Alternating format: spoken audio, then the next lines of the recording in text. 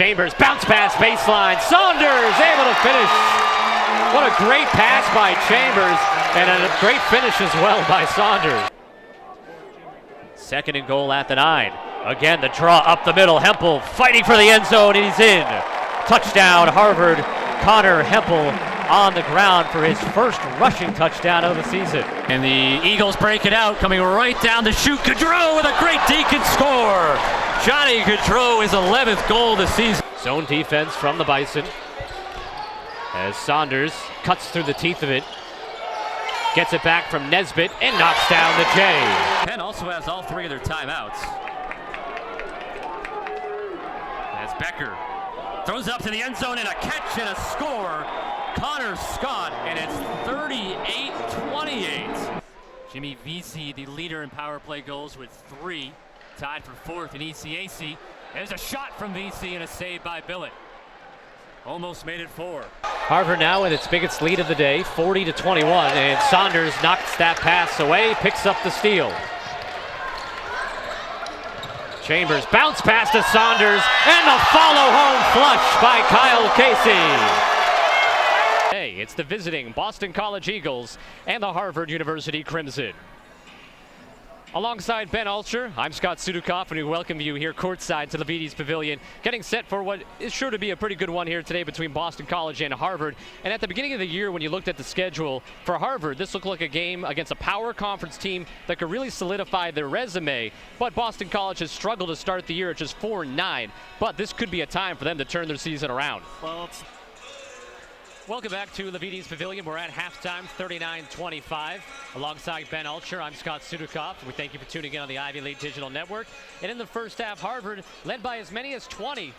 BC, a little flurry at the end to keep it relatively close heading into the locker room. Well, Scott, that's Harvard on top of Howard, 11-5. As we see this bucket and the foul, Kyle Casey able to take the contact there and still finish.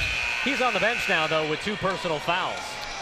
But he and Mondu Missi on the inside have both taken advantage of a more physical Harvard style in the early going to jump out to this lead. Howard, though, seems to have gotten its sea legs over the last minute or so, playing smoother and scoring the last 3 points. The foul before the timeout was on Marcel Boyd, so now he has 2, and he sits down for Howard, as Chambers will be guarded in the backcourt by Daniel. Again, the Crimson not too much trouble breaking the pressure as that gets tipped and out of bounds to Harvard. Well, with Boyd out of the game, that's the biggest player for Howard, a team that's already pretty small. Boyd stands at 6'10". Still have Oliver Ellison, who is 6'9", but it's Ellison and then 3 guards and a small forward out there for Howard. Around the perimeter, they work it to Chambers. Back out front, Mondu Missi, the long 2. A bit wild. Saunders fighting for the rebound, and they will call a foul on Howard. Good effort there by Wesley Saunders to go back after it. Take another look.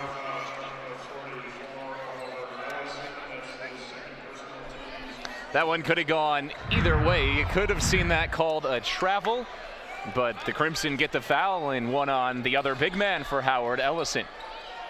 Saunders gets up into the air in a tricky pass, but knocked out of bounds by Daniel. Still Harvard ball. Might be the first of many times Harvard and Howard get mixed up on the tongue here tonight.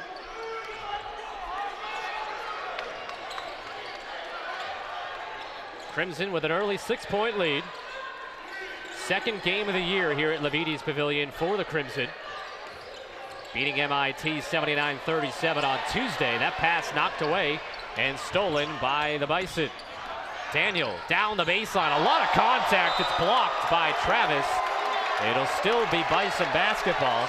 A lot of body contact, but Travis did get the basketball. Clean over the top, and Travis has been very good for Tommy Amaker off the bench this season. The 12-point-a-game average for Jonah Travis, and now a big block.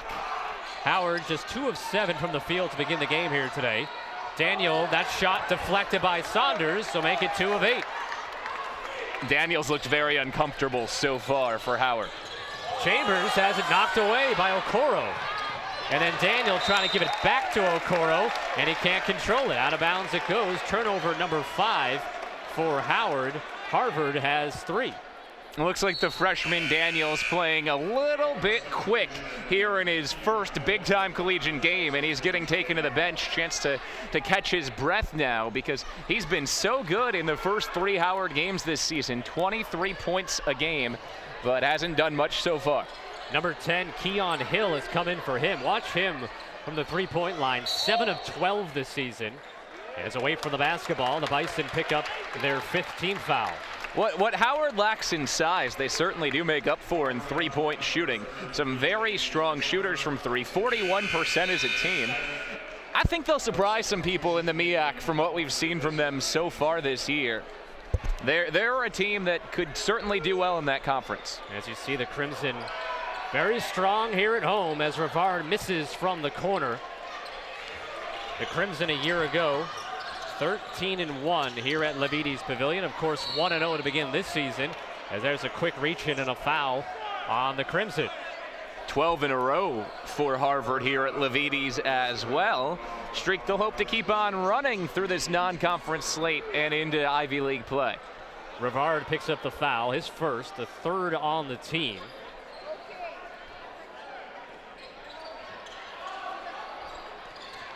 As the inbound goes to Hill. Works his way out of the corner. Now for Mangum. Mangum, double team comes, and he took a bunny hop and an extra step, so the travel results in the 6th Howard turnover.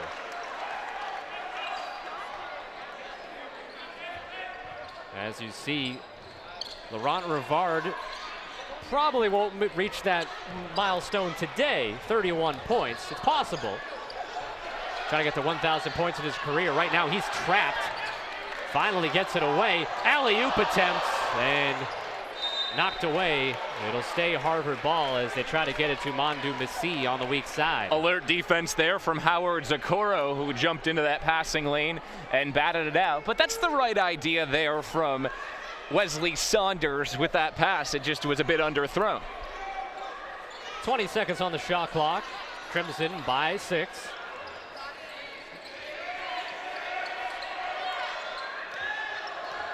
And now Saunders will call a play with 7 to shoot. Screen comes from Travis, splits it right down the middle, can't finish. Offensive rebound though by Mondu Messi. Second opportunity for the Crimson. That's their 4th offensive rebound of the game. Rivard for 3. It pinballs off the rim, no good.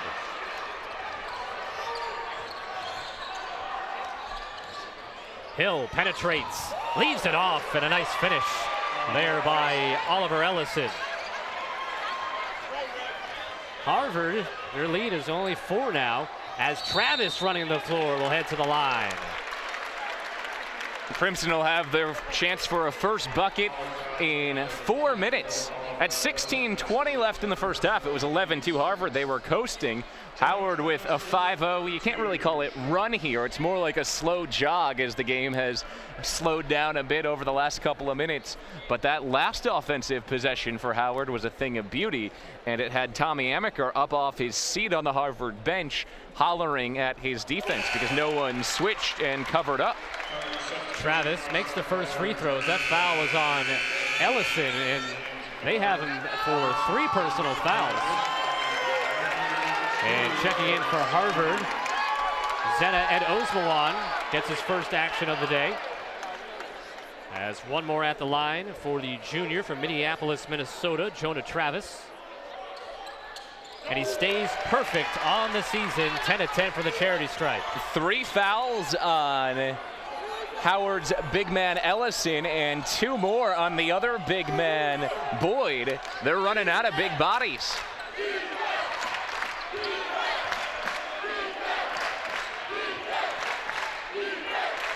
On the baseline, little half hook falls from Marcel Boyd. His first bucket of the day. He's a freshman as well from Accokeek, Maryland. So he's tasked now with playing with 2 fouls. It'll be important for him as a freshman to learn how to play with foul trouble in college basketball. And Osmawan, he tries a hook shot, too strong. Travis with the rebound. He'll head to the line after a timeout as Jonah Travis, an offensive rebound, and a second opportunity. He's been big on the board so far this year. And that foul was on Marcel Boyd. So now both centers have 3 fouls for Howard. Harvard 13, Howard 9 here on the Ivy League Digital Network. Princeton being led defensively by Mike Zulli, who has 7 tackles as well as a sack. Philip Baya, the interception back in the first half. Connor Hempel. As Hempel in the pistol formation. 3 wide receivers.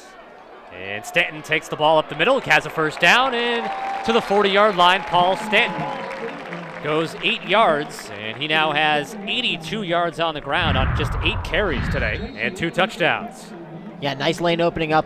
Good blocking at the line there for Stanton, as he's looking to add another 100-yard day to his season. 5.5 yards per carry on the season, and well over that today. He's over 10 yards per carry here this afternoon. First and 10 at the 40. Hempel, and just out of the hands of middle linebacker Garrett Light, who was looking for his first interception of the season and had it slip right through his fingers. Another close call here for Hempel. Still hasn't looked to be in as much of a rhythm as we saw him pre-injury. Light, a junior from Louisville, Kentucky, led Princeton last week with 7 tackles in the victory against Brown. And it's 2nd and 10 now at the 40. Pressure comes up the middle. Hempel hit, bounces off of it. Running to some room, incomplete to Ricky Zorn. That's the second time in this quarter that Ricky Zorn has been there to help bail out Connor Hempel.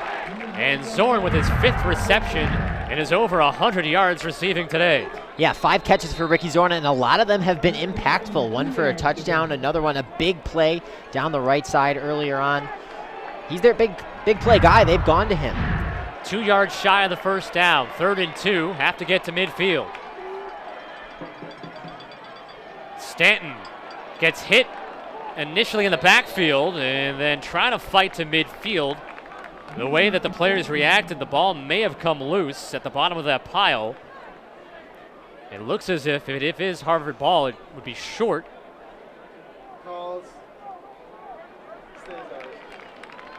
Hard to tell because it looks like one line judge would have given them a first down. The other one looked a little short.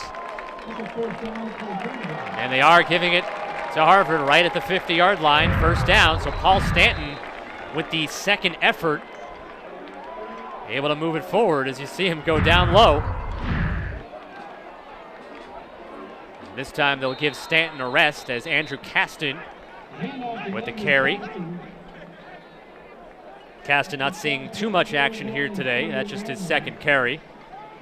Ran the ball 13 times a week ago for 40 yards. Picks up 2 there. They've used him a lot, 26 carries on the season. Crimson have 117 yards on the ground. Came in averaging 137 per game, so onto that pace and maybe more. Hempel back to pass, open, it's caught. And first down, Harvard. Tyler Hamblin, the reception and the first down for the Crimson. The possession continues. Hamblin making just his 3rd reception of the season. And his first 2 for 68 yards, so this is actually his shortest catch of the season. One of those touchdown a couple of weeks ago at Cornell. First and 10 at the Princeton 38 with 1:39 to go in the 3rd quarter. Hempel fakes the handoff and pass is dropped. Tyler Ott. Again, another example of a Harvard receiver, and we've seen it from Princeton time to time too, thinking about their next move before actually catching the ball. Got to stay with the play there. Second down now. So take a look at the senior Tyler Ott from Tulsa, Oklahoma. 11 receptions entering play today. 4 wide receivers this time, 2 on each side. Zorn is on the near side. Hempel moving in the pocket, looking for something to do. Dumps it off, complete. Stanton sidesteps a tackler, has a first down, and then brought down from behind at the 22-yard line.